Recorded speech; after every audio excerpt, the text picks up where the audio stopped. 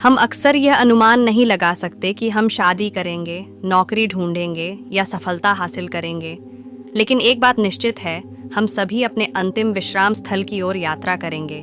भारतीय महाकाव्य महाभारत में मृत्यु की निश्चितता को नजरअंदाज करने की हमारी प्रवृत्ति के बारे में एक शक्तिशाली सबक है।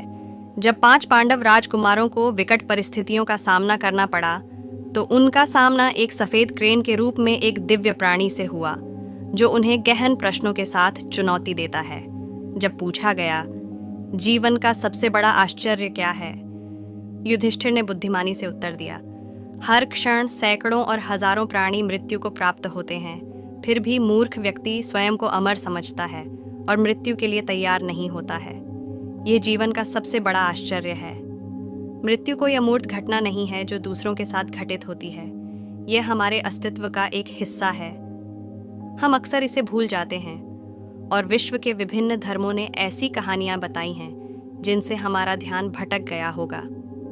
उन्होंने हमें जीवन और मृत्यु के बारे में आरामदायक लेकिन सरल व्याख्याएं दी हैं, जिसने हमारी सहज जिज्ञासा को दबा दिया है।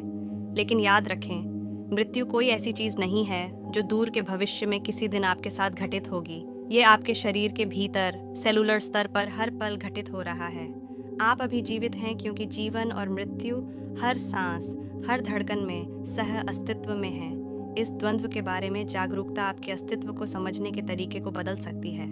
जब आप समझते हैं कि मृत्यु जीवन का अभिन्न अंग है, तो आप हर पल को महत्व देना शुरू कर देते हैं। ये जानना कि आप नश्वर हैं, आपके जीवन को अधिक उद्देश्यपूर्ण ढंग से जीने के लिए एक शक्तिशाली प्रेरक बन जाता है।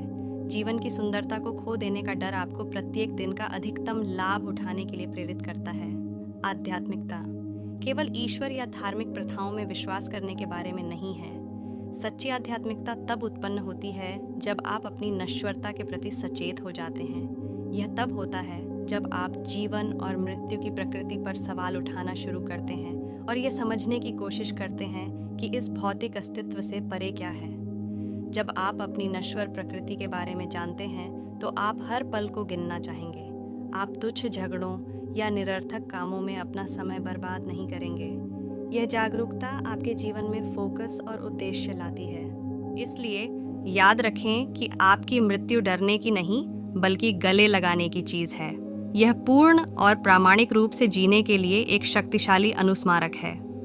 आपको सद्गुरु की तरह श्मशान में दिन बिताने की जरूरत नहीं है, लेकिन आप जीवन की नाजुकता को स्वीकार करने और प्रत्येक क्षण की बहुमूल्यता की सराहना करने का दैनिक अभ्यास विकसित कर सकते हैं। इस समझ को अपने जीवन में शामिल करें और आप पाएंगे कि आप मृत्यु से नहीं भाग रहे हैं, बल्कि उद्देश्य और आनंद की भावना के साथ जीवन की ओर भाग रहे हैं। निष्कर्ष: मृत्यु को समझना हमारे जीवन को अधिक उद्देश्यपूर्ण और पूर्ण बनाने में मदद कर सकता है। ये हमें हर पल को महत्व देने, अपने जुनून का पीछा करने और जीवन की सुंदरता का आनंद लेने के लिए प्रेरित करता है। आज के लिए बस इतना ही। सब्सक्राइब और शेयर करना न भूलें। अपने सुझाव कमेंट में ज़रूर दें। धन्यवाद। आशा है कि आपको आज की बातें पसंद आई होंगी। अगली बार फिर मिलेंगे। तब तक सुरक्षित रहें और स्वस्थ रहें। नमस्ते।